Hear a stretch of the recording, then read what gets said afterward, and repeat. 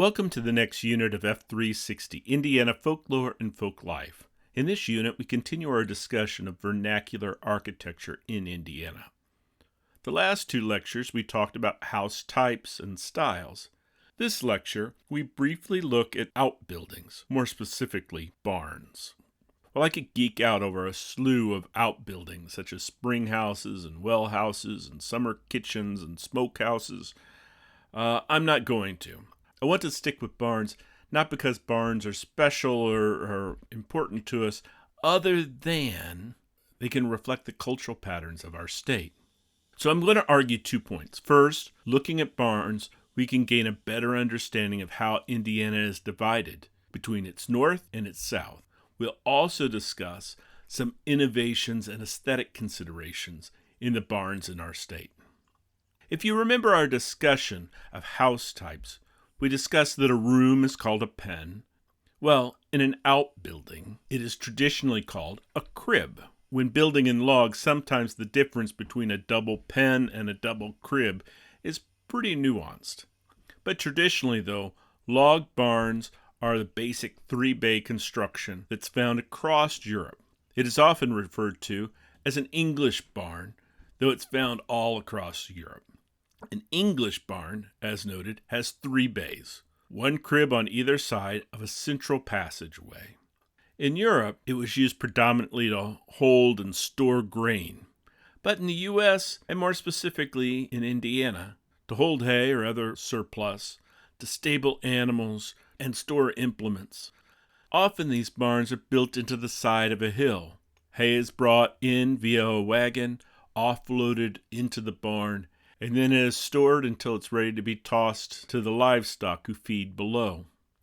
For our purposes, you should remember that an English barn is a 3-bay barn with a side entrance. Often it's built into a hill, and frequently it has a ramp, but not always. Here's an example of a small English-style barn with no hill and no ramp. It's from Shipshewana, Indiana. Note the painted doors, though. The dome-like shape is an aesthetic choice, but I've also heard many say it grows from the belief or saying that the devil lingers in the corner of things. This is often up in the Mennonite and Amish area of our state. Here's another example from near Fort Wayne. With this barn, not only are the doors painted, but also the corners of the barn. While this belief or saying is a fun fact, the main thing I want you to recognize is that the English barn is a widespread Old World style of construction that remains a preferred barn type in northern Indiana. I'm stressing northern Indiana. However, in southern Indiana, it is different. While there are a few pockets where you find English-style barns, such as Du Bois County because of the large German settlements that happened there, most of the barns in the South are what we call a transverse crib barn. This type of barn enters on the gable end or the pointy end of the barn. There are 3 bays in this type of barn too, but the barn was an invention of the American South.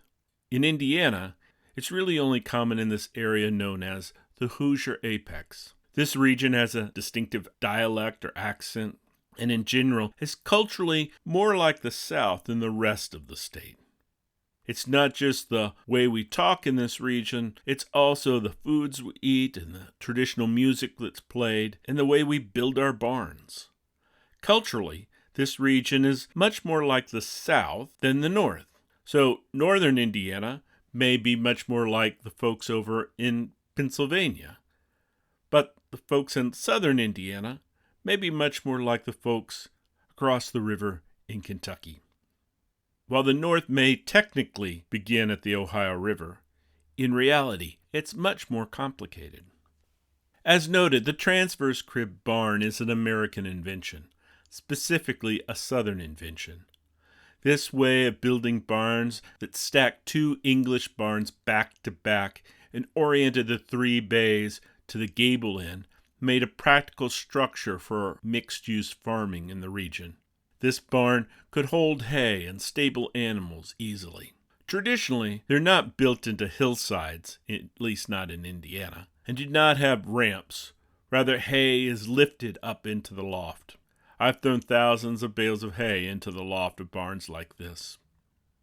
Through looking at these two barn types, the English and the transverse crib, we can begin to further see the cultural diversity of our state, a diversity that extends far beyond barns. It reflects the various settlement patterns of our state, the agricultural practices once common, and the remaining distinctions of dialect, food, humor, and more. These two different style barns and cultural patterns also reflect or mirror the settlement patterns of the state. Northeastern Indiana was settled by folks from Pennsylvania and Ohio, where the southern part of the state came from places such as Tennessee and Kentucky. While these two barn types are by far the most common barns in the state, excluding pole barns, which are more modern and commercial innovation, barns are places where innovation has always happened. One example would be the cement barn built in the early 20th century in Shipshewana. Though round, it still has a ramp common to the region. I always get asked about round barns. Round barns were once common in Indiana and have their own folklore, such as the joke, "How do you drive a Kentuckian crazy? Tell him to pee in the corner of a round barn." I know, another not very funny joke.